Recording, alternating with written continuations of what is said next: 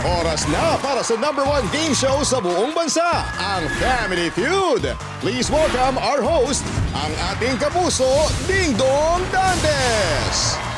Magandang hapon mga kapuso at mabuhay sa lahat ng Pinoy na nakatutok ngayon sa Pilipinas man o sa ibang panig ng mundo. Ito po ang pinakamasayang family game show sa buong mundo. This is Family Feud. Bagong school year, bagong bakbakan sa Season 99 ng NCAA, and tomorrow's basketball heroes are with us today mula sa host school ng NCAA Season 99, ang Jose Rizal University, kung saan graduate ang basketball legends na sina Philip Cesar, Vergel Meneses at pati si Jimmy Santos. Here are the JRU Heavy Bombers. Let's go, Bombers! Let's go! Let's go, Bombers! Let's go! Who's that? Hanep, confident. Ito, makakalaban nila ang team na nag-Final Four last year from the university that gave us icons, Ato Agustin, Gary David, and CJ Perez. Ito na ang LPU Pirates! Viva! Viva Pirata! Viva! Viva Pirata! Ayun na! Anyway, kilalanin muna natin ang JRU Heavy Bombers led by their team captain point guard, JL De Los Santos. JL, kamusta? Okay lang, All good, Sir all Dom. good. Welcome to Family Feud, JL. Sino-sino mga teammates mo na mga kasama? Ang unang-una ang nasa tabi ko is si William C., ang Batang Makati. What's up, William? And ang pangalawa is si Ryan J. Arenal, ang handsome center ng Tansa, Cavite. Hey, Ryan! At ang pinakauli, ang tigasin ng Pagbilao, Quezon, Joshua Giab. Sir Joshua! Eto, galing JL. Last season kasi, 2 beses kayo nagharap ng LPU Pirates at 1-1 yung record parati, di ba? Ngayon ba? Tingin nyo, masisweep nyo kayo, matatalo nyo kaya sila ngayon. Susubukan namin na ma-sweep yung season namin sa kanila. Isi-sweep nyo na yung season. Ayun, good luck sa inyo. Dito naman tayo ngayon sa LPU Pirates. At syempre, their team captain, Richmond Casino. Richmond, welcome to Family Feud. Kamusta ka? Okay lang, Kwento. Okay lang po. All good? Alright, pakilala mo na mga teammates mo pare. Unang pinapakilala ko ang power forward ng LPU Pirates, the tall, white, and handsome Jetro Reyes! Next, ang shooting guard ng LPU, Nat Fuentes! Siyempre, last but not the least, the hustle man, Ken Caduya! Eto na, last year po, umabot kayo sa Final Four, di ba? Pero nabitin, may kumbaga unfinished business kayo this season. Sino ang sa tingin mong pasok sa Final Four? Sa tingin ko po yung top 2 ay JRU at LPU Pirates. Iyon! Finals! At syempre, sana pumasok din kayo sa finals ng ating, syempre, fast money dito sa Family Feud. O, di ba? Kaya good luck sa inyo. LPU Pirates. Thank you po. Good luck sa ating dalawang teams. Kung siswertehin kayo tonight, posible kayo mag-uwi ng 200,000 pesos. Kaya guys, jump on na, team captains, JL and Richmond. Alamin na natin ang sabi ng survey. Let's go!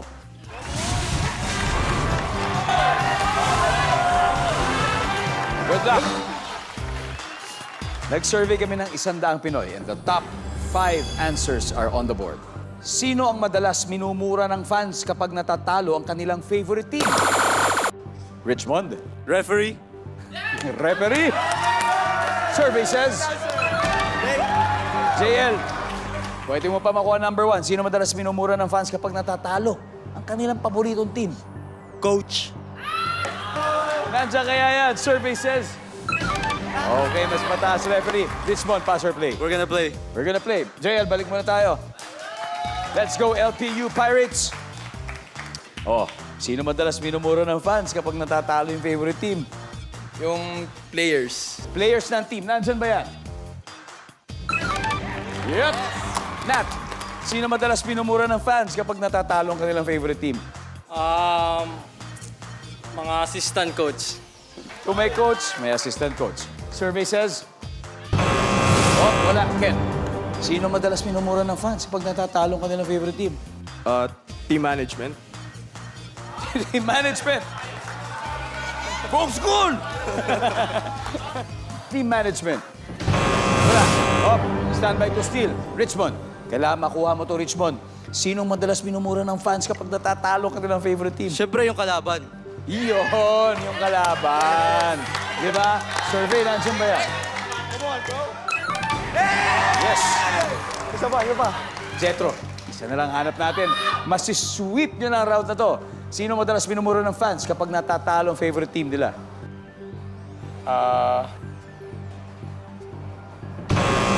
Wala. Pare, this is your chance to steal. Joshua, sino kaya? Committee. Yung komite. Ryan? Committee. Komite rin. William? I'll go with Josh and RG. Okay, team captain. Pwedeng sundin mo sila o may sarili ka. Ano kaya gameplay natin, JL? Sinong madalas minumura ng fans kapag natatalo ang kanilang paboritong team? Committee. Komite. Diba? Play as one, we win as one. Kung ano man ang mangyari, yan ang gameplay nila. Komite. Survey says...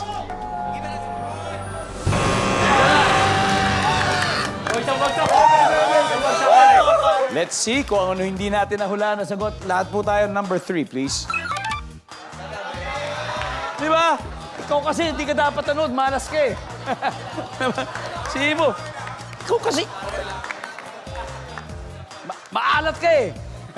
Anyway, hindi mumurahin ng kanilang fans ang LPU Pirates. Alam niyo kung bakit? Kasi umiscore agad sila ng 82 points sa first quarter. Kaya hahabol ang JRU Heavy Bombers, ha? Hahabol. Kaya susunod agad. Dito yan sa Family Feud. Welcome back to Family Feud. Alam natin Pilipinas ang Hoops Nation at ngayon Family Feud Nation na ang tawag sa atin dahil lahat mahilig sa basketball. Kaya hello po sa inyong lahat. Para po sa inyo ang episode natin ngayon. Sana nag-enjoy po kayo. Woo! So far, LPU Pirates pa lang nakaka-score with 82 points. Kaya ituloy na natin ang laro. Up next, ang point guard na si William at ang sentro si Jetro. Kaya, guys, round 2 na tayo.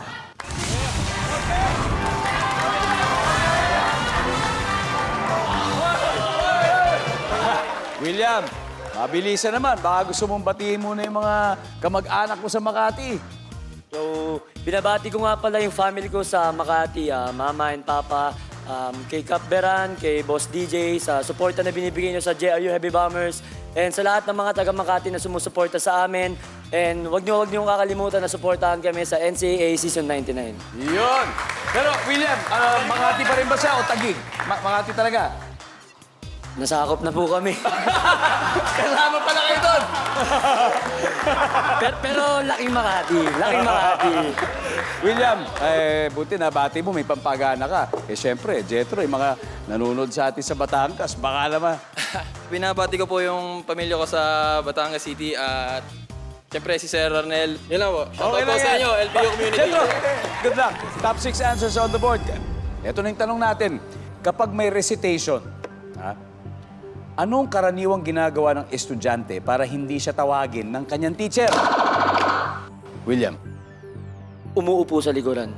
Umuupo sa likuran. Gawain mo ba yun? Gawain ko rin yun eh. Problema, matangkad ka. Hindi pwede. Sa bagay sa likod. Tama, matatangkad sa likod. Tapos, Pwede pala. tamang tulog ka lang. Pwede. Nandiyan kaya yan, umuupo sa likuran. Yes, nagtatago. Jetro, pwede pa natin kunin mas mataas. Ano kaya? Pag may recitation, anong karaniwang ginagawa ng estudyante para hindi siya tawagin ng teacher? Hindi nakikipag-eye contact. Maganda yan, ha? Maganda yan, ha?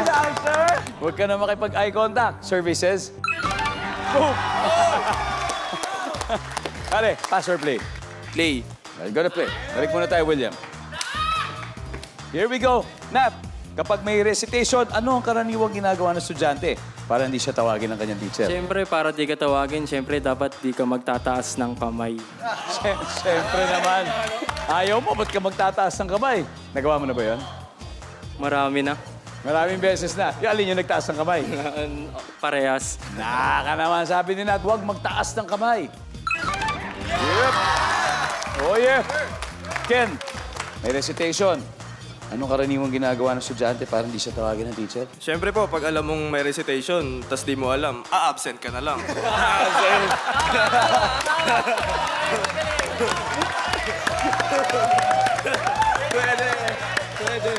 Kung yari na lang, mag-attend ng training. May training. No show ka pala, no show. Yan ang pinaka-safe. Pero alam mo, kahit anong mangyari, hahabula-buling ka talaga. May make-up test ka pa rin. Opo, Pero at least meron. doon nakapag-aral ka na maayos. At least nakapag-ready na. Mag-absent na lang daw. Stop. Richmond, kapag may recitation, ano kayang karaniwang ginagawa ng estudyante para hindi siya tawagin ng teacher? Ma'am, may I go out? CR! CR. Hindi ka na babalik. Hindi na. Ma'am, may I go out? CR.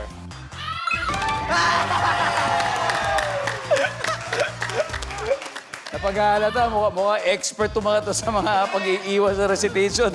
Jetro, ano kayang karaniwang ginagawa ng estudyante para hindi siya tawagin ng kanyang teacher sa recitation?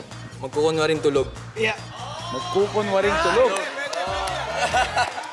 Paano? Tulog na nakaganon talaga o medyo ganon lang? Yung obvious. Hindi. Siyempre, hindi dapat obvious kasi tatawag. Hindi meron dapat. na ganun. Parang Parang, parang pagod sa training.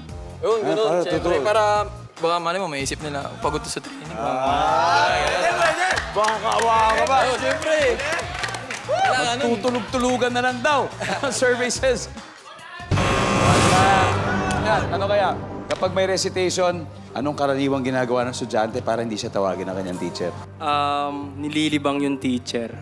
Nililibang. Paano kaya yun? Para chinichika mo yung mga teacher para makalimutan na may recitation pala.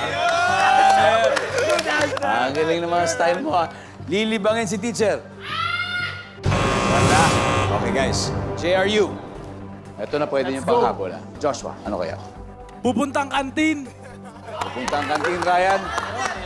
Ano pa? Magpapalate. Papalit. William? Siyempre, kung wari may sakit ka, pupunta ka ng klinik. Pwede, di ba? Yan ah. Mga sinungaling! Kapag may recitation, JL, ano ang karaniwang ginagawa ng estudyante para hindi siya tawagin ng kanyang teacher? Pwede mong sundin sinabi nila, maaaring may sarili kang sagot. Ano kaya yon? Pupunta ng kantin. Pupunta ng kantin. Ang sabi nila, pupunta ng kantin. Bibili ng food para sa teacher. Ma'am, bibilang ko kasi talaga kayo ng food eh. Kasi parang alam ko gutom na kayo eh. Sabi ng survey ay.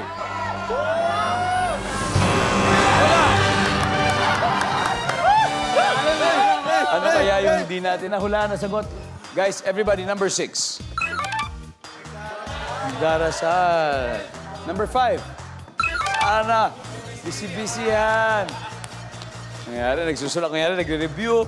Anyway, panalo pa rin sa recitation ng LPU Pirates. Meron na po silang 161 points. Kaya babawi ang JRU Heavy Bombers sa pagbabalik ng Family Feud. You're still watching Family Feud. Ang score po natin, 161-0. Lamang po ang LPU Pirates at panalo rin ang chosen charity ng winning team dahil may 20,000 pesos sila from Family Feud. Kaya good luck sa kanila. Sa mga kakatunin lang ngayon, bakbaka na ngayon ng dalawang forward, Ryan and Nat. Let's play round 3.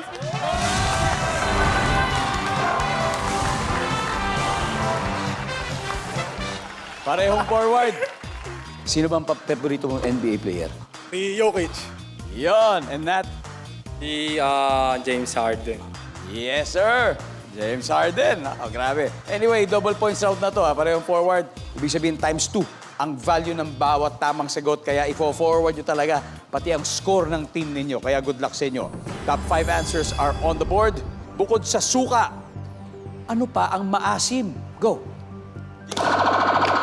Ryan, ikaw. Mangga. Mangga. Mangga with asin, napaka-asim. Survey says, top answer. Eto na. Ryan, mukhang eto na. Naramdaman ko na makakabol. Pass or play, Ryan? Play. Let's go. Habol tayo. Let's do this. Joshua, bukod sa suka, ano pa ang maasim? Kalamyas. Ha? Kalamyas. Kalamyas? Okay, sorry ha. Alam mo kasi, sa Southern Tagalog, kalamyas palang tawag eh. Sa Quezon, Batangas, kalamyas. Nalito ako kasi kamyas ang alam ko eh, kamyas. Pero pareho lang yun. Apo. Kamyas, kalamyas. Survey says... JL, bukod sa suka, ano pang maasim? Kalamansi! Kalamansi. Kalamansi! Hey! Let's go! William, bukod sa suka, ano pang maasim? Sampalo! Sampalo. Wala. Ryan, bukod sa suka, ano pang maasim? Kilikili. Alam nyo, kahit bata, maasim ang kilikili. Lahat tayo, minado, maasim ang kilikili. ang sabi kilikili, ang sabi ng survey ay... Joshua, bukod sa suka, ano pang maasim? Sinigang. Sinigang. Mas-sweep kaya nila ang round na to. Survey says... Wala. JL, bukod sa suka, ano pang maasim? Isa na lang. Lemon. Lemon. Nandyan bang lemon? We'll see lemon. Survey. Wala. Guys, eto ng pagkakataon ninyo ulit. Kailangan makuha nyo to. Kung hindi, mapupunta sa kanila lahat ng puntos na yun. Ken, bukod sa suka, ano pa ang maasim? Pawis na jersey. Pawis na jersey. Nat. Medyas. Medyas. Jetro. Paa. Paa. Paa. Eto lahat, mukhang from experience lahat to. Richmond. Okay, uulitin ko, Richmond. Pag nakuha mo to, automatic, grabe na yung lamang nyo. Pero kung hindi, mapupunta sa kanila yung puntos na to bukod sa suka. Ano pa ang maasim, Richmond? Nasabi na halos lahat pero pupunta ako sa pawis. Pawis. Wala. Alam mo, very specific. Nandiyan kaya pawis para matapos na. Survey says pawis.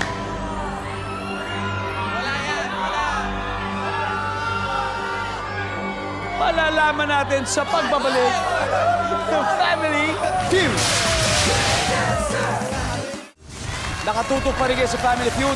Kasama ko ang NCAA players from JRU Heavy Bombers at LPU Pirates. Bago po nung break kanina, tinanong natin ang LPU Pirates na bukod po sa suka, ano pang maasim?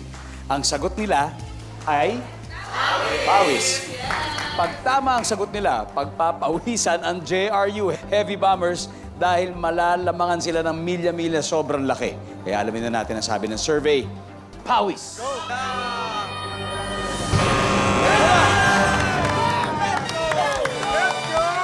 Nice one. Let's see kung ano hindi nahulan. Ang sabi ng number 5 ay... Paksiw. Ulam. Panalo ang JRU Heavy Bombers around the to. Meron na ngayon 132. Nakita mo? Habang LPU Pirates ay nananatili pa rin sa 161. Okay? Kaya diretso na tayo sa fourth quarter. Let's go, Joshua and Ken. Let's play the final round. Come on!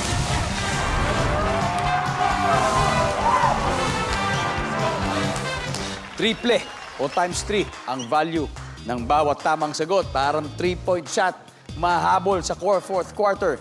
Top 4 answers na lang hinahanap natin. Fill in the blank. Oh my blank! Ken. Gosh. Gosh. Gosh. Social. Oh my gosh. Oh my gosh. Whoa! Pass or play? Play. Yun na! Tignan natin. Last round. 3 to go. Richmond, fill in the blank. Oh my blank. Oh my love. Nip. Made the moves. Oh my love. Survey says. Parang kanta pa. Oh my love, my darling. Jetro, fill in the blank. Oh my blank. Oh, my teammates. Oh my teammates. Pero okay yun ha. Talagang close na close kayo yung teammates mo. Oh my teammates. Not fill in the blank. Oh my blank. Oh, my gulay. Yan. Oh my gulay. Survey says. Yes! Ken, isa na lang. Kung gusto mo na mag-uwi ng 200,000 pesos, sagutin mo na to. Oh my blank. Oh my sunshine. Oh my sunshine. Survey, oh my sunshine. Standby. May pag-asa pa. Richmond, this is your final chance. Kumbaga parang free throw to. Ito na free throw mo. Kung hindi pumasok ito, mapupunta sa kanila yung bola, baka ma-steal nila ang championship na to. Richmond, fill in the blank. Oh my blank. Oh my Ano yan? Ano yan? Ano yung sabi mo? Oh my JRU. Huwag yung panalunin, please. Wala pala sinabi. Last possession na ito, Joshua. Oh my blank. Oh my goodness. Oh my goodness. Ryan. Oh my, babalik mo lang. Ano, no? Ano yun? Oh my, babalik mo lang. Ano ba? William. Oh my family feud. Good answer. Good answer. Tapan, sir. Wala pa. Kung saan na umaabot ang mga oh my, JL. Just fill in the blank. Pag makuha mo to, panalo kayo. Oh my blank. You have 3 seconds. Goodness. Oh my goodness. Goodness!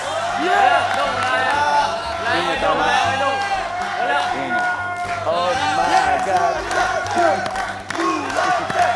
Kung sakali, come from behind to. Tignan natin. Oh my goodness, survey says...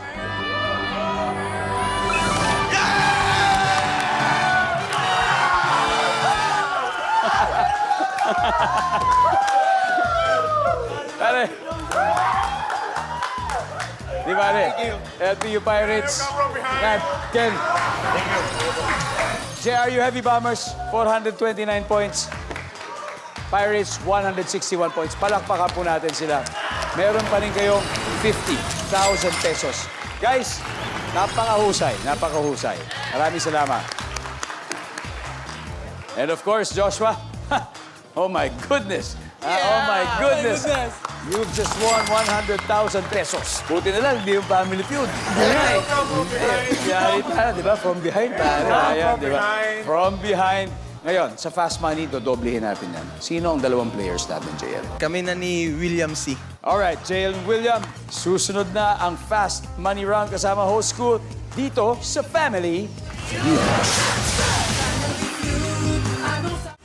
Welcome back to Family Feud. Kasama ko ngayon si JL ng JRU Heavy Bombers. Meron na silang 100,000 pesos. Pero mas gusto nila mag-uwi ng total cash prize na magkano? 200,000 pesos! Kaya ngayon, nasa waiting area sa likod si William. Hindi niya tayo naririnig, JL. Oras na para sa fast money. Ito na, 5 tanong na kailangan mo sagutin within 20 seconds. Kailangan kayong dalawa magkaroon ng combined score na 200. At least 200 or more. Tapos may uuwi nyo na yung 100,000 pesos. Good luck. Give me 20 seconds on the clock, please. On a scale of 1 to 10, with 10 being the highest, gaano ka kalakas maghilik? Go. 7. Prutas na pwedeng kainin ang balat. Bayabas. Produktong madalas makita sa billboard. Perfume. Award sa school, best in blank. Mat. Karaniwang lalagyan ng tubig. Jar. Tignan na natin kung ilang puntos ang nakuha mo. Eto, scale of 1 to 10. Gaano ka kalakas maghilik? Ang sabi mo, 7. Ang sabi ng survey natin sa 7 ay... Meron. Prutas na pwedeng kainin ang balat, bayabas. O naman, survey says...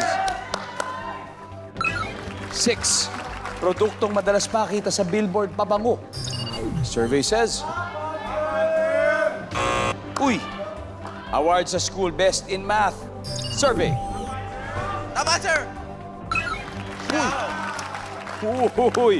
Karaniwang lalagyan ng tubig ang sabi mo, jar. Survey says... Oh! JL, 61 points. Hindi bale. Let's welcome back William.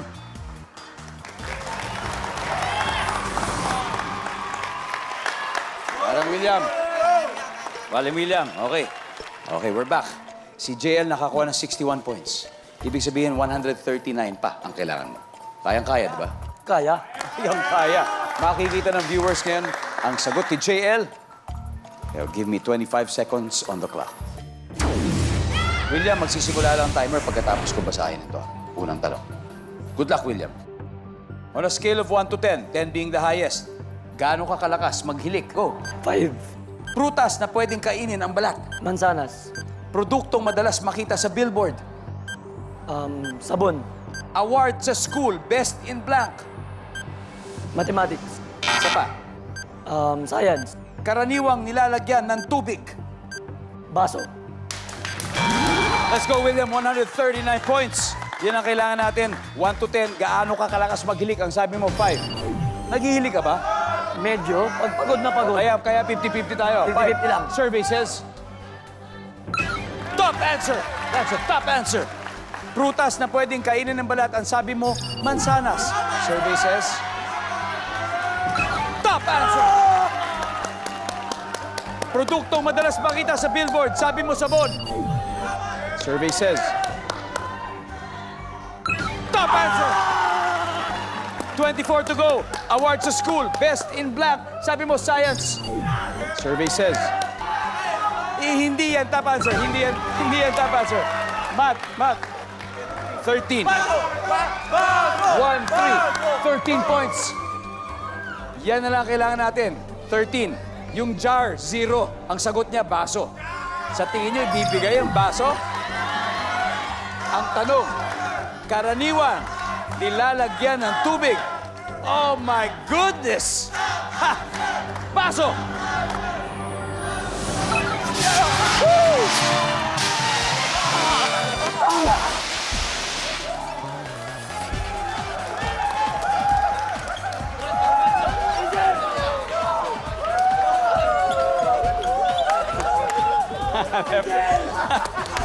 Pare. Oh. Diba? Ayos. Congratulations, JRU Heavy Bombers. You have won a total of 200,000 pesos.